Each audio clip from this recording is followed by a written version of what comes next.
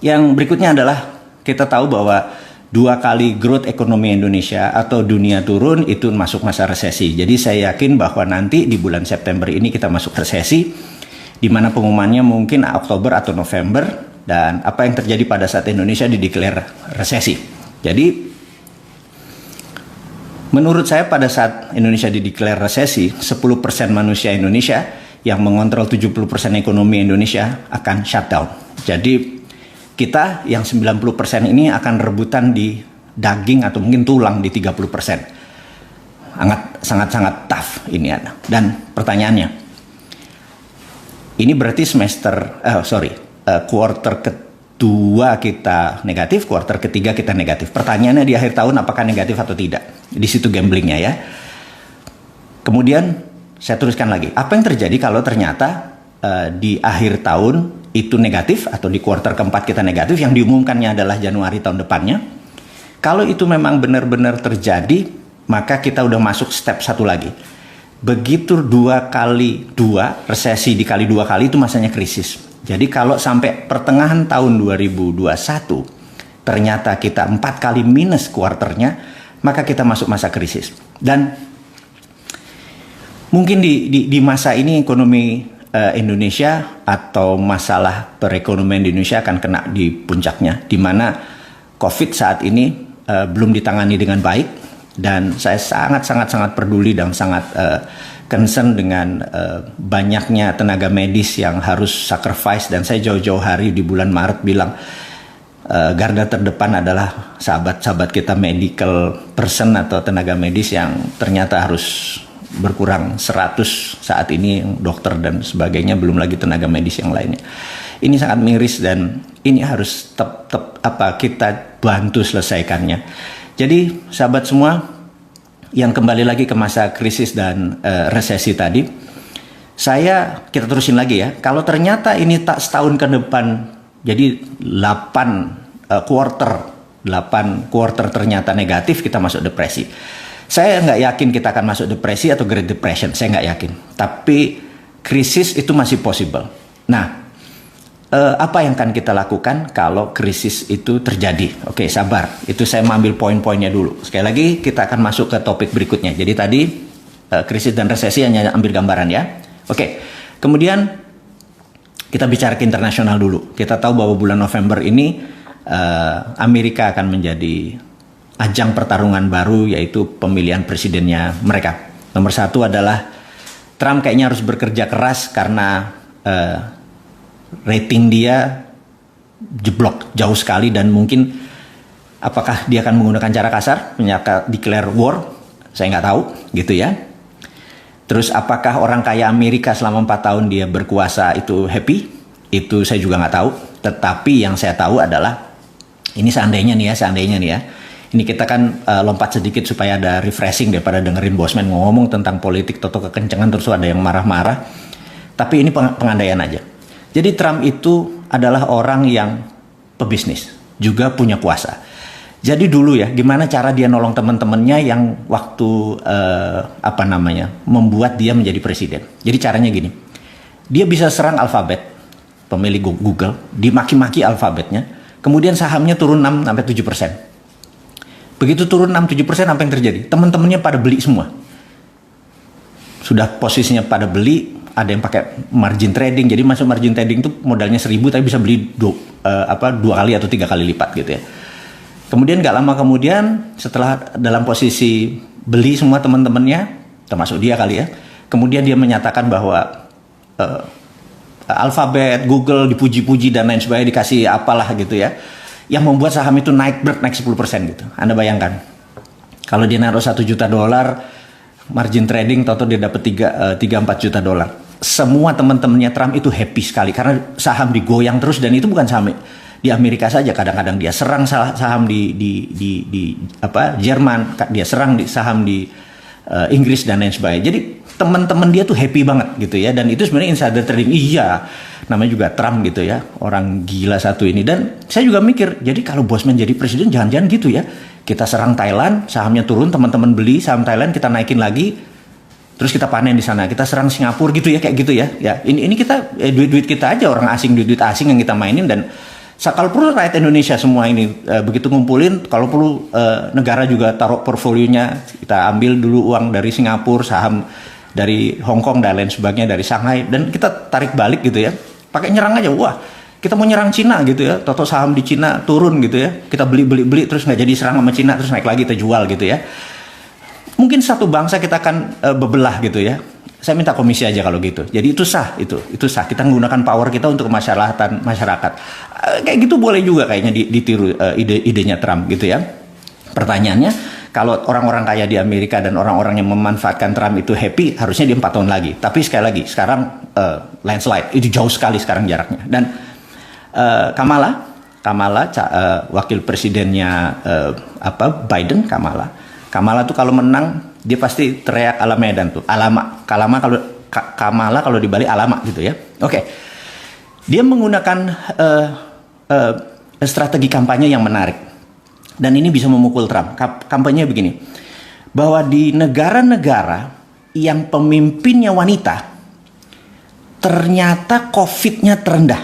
Jadi contoh ya, New Zealand itu pemimpinnya wanita, Perdana Menterinya, kemudian Finlandia, kemudian Jerman, kemudian Taiwan, itu mereka yang pemimpinnya lady, wanita, itu ternyata tingkat COVID-nya rendah karena memang bernegaranya pakai hati gitu ya, bernegaranya pakai hati. Kalau pakai pikiran ya kayak sekarang ini, dianalisa terus gitu. Karena when you too much analyze, you paralyze. Kebanyakan nganalisa itu ya lu lumpuh, kaku gitu ya. Nah, sementara ibu-ibu lady itu dia punya hati, gimana dia bisa menyelesaikan masalah bangsa ini. Jadi saya tertarik, ya juga ya. Dan Kamala promosinya boleh juga, dia bisa pukul bahwa kalau saya punya hati untuk menyelesaikan masalah COVID karena pakai hati gitu.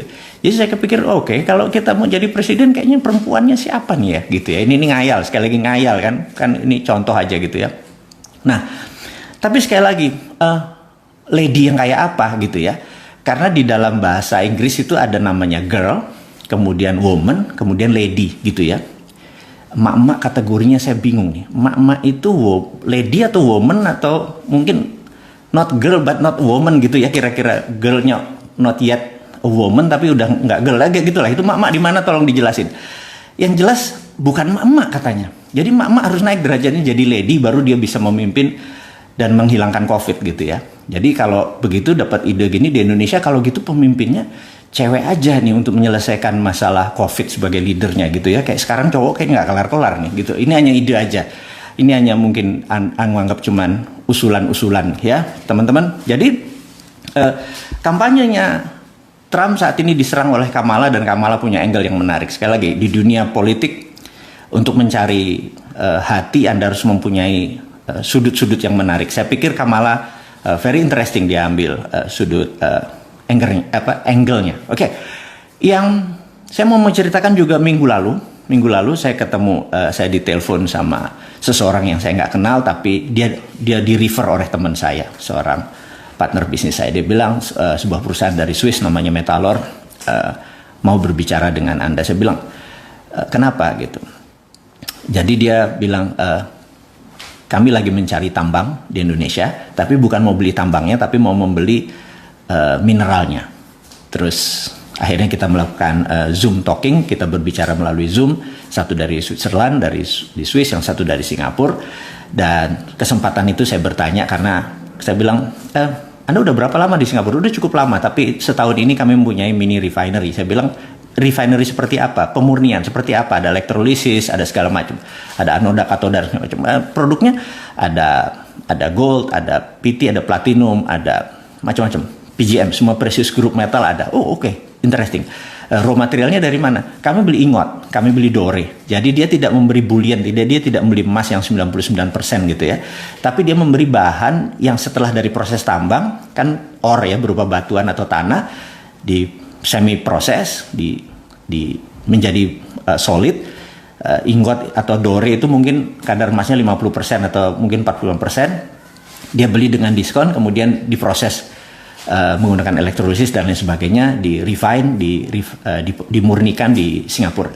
Saya bilang, udah berapa lama, udah berapa banyak Anda beli? kami bisa menggunakan yang formal, tapi juga ternyata kami banyak membeli dari illegal miner. Jadi tambang-tambang rakyat yang illegal itu dia beliin. Saya pikir nggak salah nih, dan angkanya tonasenya gede sekali, dan itu tidak menguntungkan kita sebagai devisa negara. Itu hilang tuh sebenarnya, karena aset kita yang hilang. Itu yang buat saya gregetan. Yang jual ini bener-bener nggak NKRI ini, bener, karena dia menjual tanah air beneran gitu ya. Karena mungkin ya pejabat di atasnya juga menjual tanah air, ya yang di bawah juga menjual tanah air, ya itulah, karena modalnya kita itu gitu ya. Sementara Swiss adalah negara yang nggak punya sumber daya alam, laut aja nggak punya, dia nggak punya angkatan laut gitu, dia bener-bener landlocked. Jadi nggak punya angkatan laut, jadi satu-satunya negara yang lebih memilih berdamai atau menjadi negara penengah. Nah, Swiss, saya ingat 200 tahun yang lalu, Swiss ini satu-satunya negara yang mempunyai Swiss Metal Bank. Jadi dia mengumpulkan metal-metal itu di Swiss. Jadi ada nikel, platinum, ada tantanum, ada osmium, ada europium, ada germanium, dan lain sebagainya, barang-barang yang dikumpulin sampai selama 200 tahun, dan itu menjadi underlying untuk terbitnya Swiss franc. Jadi ini yang saya tertariknya adalah mereka mengumpulkan fisiknya tadi, dan mereka menawarkan dinaran. Jadi kalau dinaran memerlukan, misalnya gini, kalau ada ini angka dari langit sekali lagi, mohon maaf sahabat semua, kalau ada 1 triliun dana di di dinaran, itu kan memerlukan 10 ton lebih, kira-kira 10 ton emas, dan Antam produksinya berapa? 2-3 ton, UBS paling 2-3 ton berupa emas ya. Kalau tambang mah besar. Terus kalau Freeport, Freeport adalah tambang tembaga yang fisiknya dia taruh di Okinawa, fisiknya 100 ton per tahun, itu ya di Okinawa. Kita nggak pernah dapat apa-apa. Itulah selama 30 tahun gebloknya nggak ngerti ngelola tambang yang ini. Malas saya. Ini kalau gini emosi gue udah mulai naik nih ya. Kita lompat sebentar, balik lagi. Kita sampai mana tadi? Oh, sampai Metalor. Jadi dia bilang, ya udah, kamu bayar 20% atau 10% DP-nya, kemudian nanti kita kasih letter bahwa setiap ini ada jaminannya dari kami gitu ya, sehingga pada saat Anda perlu fisik ya Anda tinggal bayar sisanya, kita kasih fisiknya gitu ya. Tapi yang jelas papers kami dukung, dan rupanya perusahaan kayak kayak Dinaran ini ada 10, yang satu mungkin kita private sector, tapi yang 9 negara. Jadi Metalor menjadi underlaying-nya Singapura. Dia beli surat berharganya emas tadi, dia terbitin Singapura dolar gitu ya. Nah, karena orang juga nggak nanya fisiknya, dia keluarin letternya, dan dia bisa dengan dengan tonase yang sama, dia bisa terbitin ke Filipina, ke Malaysia, dan lain sebagainya. Itu yang saya gregetannya adalah dia pinter sekali gitu ya. Ini negara nggak punya sumber daya alam, tapi bisa melakukannya di negara sekitarnya. Dia kelola metalnya, jadi bukan tambangnya tapi metalnya, karena metal bisa jadi papers gitu ya, tapi tambangnya tidak. Nah, inilah yang saya pikir di tahun 1955 Pak Karno adalah presiden yang luar biasa. Dia sangat visioner gitu ya. Nah, di mana tahun 55 adalah Indonesia baru 10 tahun merdeka. Bayangin, 10 tahun merdeka, tahu-tahu bisa mengajak pemimpin dunia ke kota kecil yang namanya Bandung, bukan Jakarta loh. Bayangin, Anda mundur, setback ke tahun 55 di konferensi Asia Afrika. Bisa bayangin ya, yang datang itu ada tokoh-tokoh seperti siapa, kakeknya Kim Jong Un itu Kim Il Sung ya. Kemudian ada Mao Zedong datang, kemudian ada Gamal Abdul Nasser, kemudian ada Zulfikar Ali Bhutto. Itu legend semua. Itu adalah Nehru datang, pemimpin India. Kenapa mereka bisa datang ke Indonesia? Karena waktu itu Pak Karno tahu SDA kita, sumber daya alam kita itu kalau dimineralkan, ini menjadi underlying daripada currency rupiah yang akan lebih stronger dari dolar gitu ya. Sementara dolar sendiri mau jadi raja dunia karena dia waktu itu declare bahwa mata uang multinational currency adalah dolar. Baru 10 tahun di challenge sama Indonesia. Oke, itu saya nggak detail kan, karena CIA tugasnya adalah akhirnya 10 tahun kemudian CIA termasuk yang mendesain sampai tahun 65 Pak Karno di kudeta atau dilengserkan. Nah, kenapa saya menggunakan kata CIA? Saya cukup waktu di markas tersebut di Langley di Virginia. Jadi kalau teman-teman suka nonton film Hollywood, kalau kameranya dari atas terus lihat ada Central Intelligence Agency gitu ya, ada kayak anggap stiker lah, terus orang jalan gitu ya, itu kamera dari atas. Tapi kalau kita masuk, dia ada apa namanya yang puteran itu, yang pintu puter itu, begitu masuk yang kita lihat bukan yang ada di bawah itu, tapi yang ada di tembok di atas itu. Nah, tembok di atas itu ada sebuah kredo inilah yang yang Anda tahu bahwa itu adalah tugasnya CIA. Jadi kalau kita ngelihat ke bawah ya tulisan Central Intelligence Agency, tapi kalau kita ngelihat ke atas ada sebuah kredo. Anda tahu kredo itu bacaannya apa? Bacaannya adalah protect dolar. Jadi tugas CIA 1 di seluruh dunia ini adalah protect dolar. Itu tulisannya, protect dolar. Jadi teman-teman semua, bahwa nggak gampang Anda menjadi ingin mengalahkan negara yang dikuasai yang punya 800 pangkalan militer, dari yang mulai fisik yang besar seperti di Subic di Filipina sampai yang sekedar safe house yang ada di Indonesia juga ada kali beberapa, kemudian di seluruh negara dunia ada safe house di mana mereka pasukan kecil tapi elit, mereka bisa melihat ini mau kemana arahnya sebuah negara. Mereka punya pasukan seperti itu, dan di sini tidak memungkinkan Indonesia menggunakan sistem yang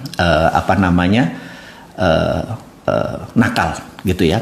Tapi sekali lagi saya suka mengingatkan pemerintah, ini mumpung Cina sama Amerika lagi perang, yuk kita terbitin rupiah pakai underlay-nya sumber daya alam gitu ya.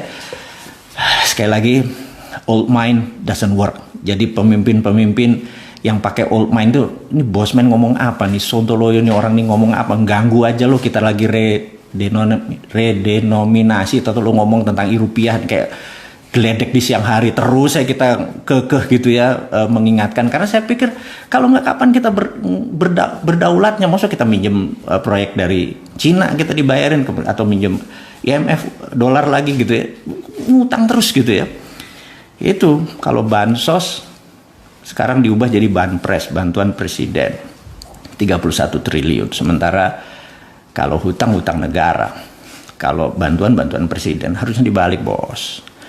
Bantuan negara, hutang presiden gitu. Itu baru jantan gitu ya. Nanti kalau kita jadi pemimpin, kita ingatkan siapapun itu, kalau kita mengutang ya kita bilang ya hutang presiden. Jadi akhir jabatan ya hutang tersebut harus lunas gitu kan. Janganlah dibawa ke pemerintah berikutnya.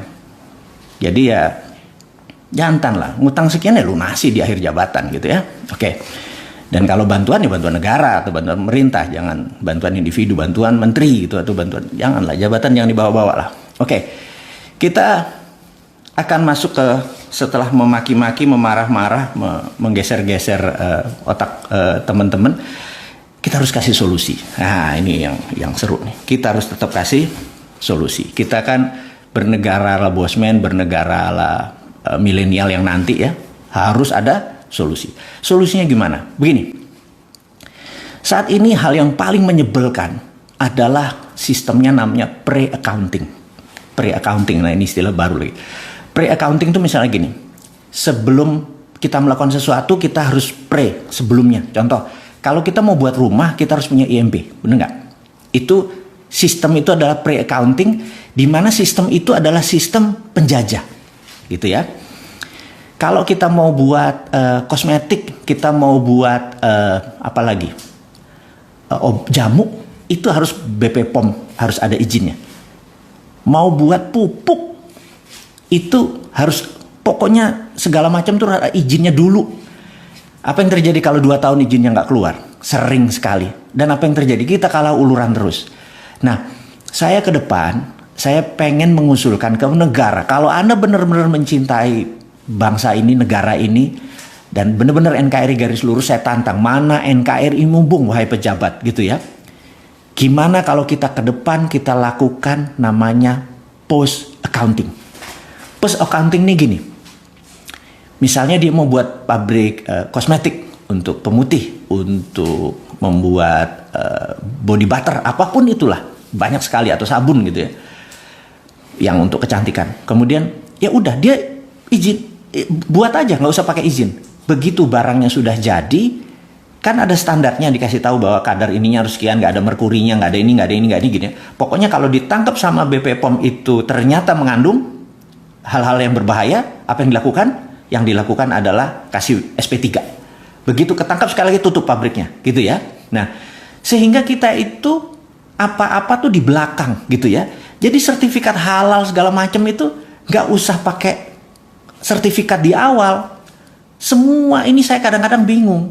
Harusnya ada sertifikat haram yang ada, bukan sertifikat halal. Karena yang saya tahu seluruh hal di dunia ini kata Allah itu halal, kecuali yang Allah haramkan. Jadi kenapa ada sertifikat halal? Harusnya sertifikat halal, sertifikatnya sertifikat haram, sehingga nggak semua perusahaan harus buang-buang izin gitu loh. Itu kalau benar-benar mau yang namanya bukan pre-accounting tapi post-accounting. Nah, kalau Anda mau buat pabrik, mau buat pabrik mobil, pabrik motor, tenaga listrik segala macam, udahlah sikat aja, udah nggak pakai izin gitu ya. Nah, nanti setelah selesai baru dilihat. Jadi contoh kalau mau buat rumah, bikin aja rumahnya, nanti petugas datang diukur, oke, rumahnya 100 meter, kamar mandinya sekian, total 100 meter nih, tagihannya 2 juta gitu ya. Daripada kita sebelum bangun tuh rumah nyiapin 2 juta sampai 6 bulan baru kelar itu IMB-nya segala macam, kapan dagangnya gitu loh. Jadi saya tahu ini adalah produk penjajah. Penjajah itu kan tidak ingin Indonesia berdaulat waktu dulu menjajah, karena itu apa-apa pre-accounting, apa-apa dilihat dulu, ini boleh, ini enggak, ini boleh, ini enggak gitu kan. Nah, emangnya kita penjajah ini, pejabat negara ini kan enggak gitu ya. Anda jangan kayak penjajah lah pejabat itu. Pejabat itu di belakang, hati-hati mengawalnya. Jadi mau itu jamu, mau itu kosmetik, mau itu pupuk.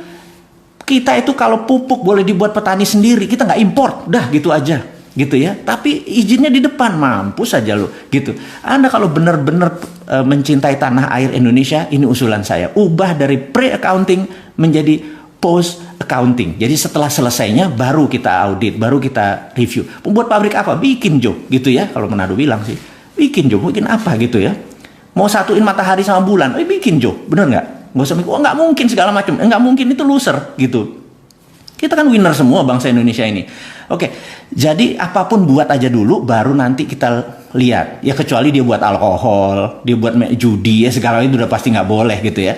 Tapi kalau hal-hal untuk bisnis, lupakan gitu. Bahkan niru pun, ya niru, imitating. Mau dari misalnya produknya Prada, kayak mau Dior ditiru, di Tanggul Angin kayak, di mana? Di Tajur, di Bogor sana mau niru, lepas. Nggak usah bilang nggak boleh gitu, karena begitu kita meniru, lama-lama kita bisa. Jadi ala bisa karena biasa, benar nggak? Setelah bisa nanti kita menjadi innovation, menjadi menciptakan gitu. Kalau kita meniru aja nggak boleh dengan alasan haki segala macam, itu kuno, itu old mind gitu. Kita kalau sama internasional, kita pilih bangsanya dulu baru internasional, nation interestnya kita dulu baru internasional. Jadi mudah-mudahan teman-teman, usulan kita untuk pre-accounting dan post-accounting ini, coba Anda yang teman-teman mahasiswa di sini, ada pasti ada yang profesor, ada yang doktor, ahli ekonomi, tata negara, sahabat semua. Usulan saya tentang post-accounting ini harap diviralkan. Saat ini udah hampir 10.000 teman-teman yang menyaksikan acara minggu malam ini. Mudah-mudahan terinspirasi bahwa pre-accounting adalah cara penjajah. Penjajah waktu bilang, saya mau buat rumah, mau buat apa? Sini, ukurannya gini. Oh, nggak boleh, kecilin gitu ya. Itu penjajah gitu ya. Tapi kalau membuat, bikin aja. Pokoknya nanti udah berapa meter, bener-bener rumah tetangga nggak diambil tanahnya tentunya. Kita hitung, oke, ini bayar 2 juta, ini bayar 3 juta. Di belakang. Itu kita menjadi, menjadi negara yang cepat berkembang. Dan resesi yang tadi dibilang ini, lewat, percaya saya. Saya kalau ketemu teman-teman di pedesaan segala macam, mereka bisa buat pupuk, mereka buat pakan ternak, mereka bisa buat pakan ikan, semuanya luar biasa. Tapi begitu mereka mau komersial, mereka bilang ini harus ada BPOM POM lah, izin inilah, sertifikat itu yang saya bilang sak. Dan nggak ada satupun yang teriak seperti saya bilang saya yang pertama dia teriak bahwa itu penjajah kalau Anda lakukan itu, namanya pre-accounting. Saat ini kalau mau menjadi negara berdaulat, kita lakukan yang namanya post-accounting. Teman-teman, mudah-mudahan Anda nggak ikut senewanan seperti saya hari ini gitu ya. Saya menganggap gampang kok menyelesaikan masalah bangsa ini adalah tidak bergantung pada negara lain atau uang negara lain. Beri aja masyarakat itu kedaulatan. Mereka boleh melakukan apapun selama tidak membuat barang itu membunuh orang, gitu ya. Sekali lagi, mudah-mudahan di acara ini jam berapa ya? Baik sahabat semua, ini udah 45 menit saya ngobrol dengan sahabat semua. Dan terima kasih buat waktunya. Saya mudah-mudahan apa yang diinformasikan hari ini berfaedah buat Anda semua. Semoga hari Anda minggu-minggu depan menjadi bermanfaat. Anda sukses dengan apa yang diinginkan. Ada cita-cita ingin menjadi tentara di angkatan laut, di angkatan udara, ingin menjadi pegawai negeri, apapun yang Anda cita-citakan, ingin berbisnis, ingin mencari modal, ingin mencari marketplace, apapun. Saya usahakan saya doakan Anda semua sukses. Tanpa berpanjang lebar, terima kasih atas waktunya. Saya mohon maaf jika ada yang tersinggung, jika pemilihan kata-kata saya tidak berkenan. Dan untuk buzzer, saya ingatkan terakhir, yuk berkompetisi sehat dengan Bosman. Dari saya, terima kasih. Assalamualaikum warahmatullahi wabarakatuh.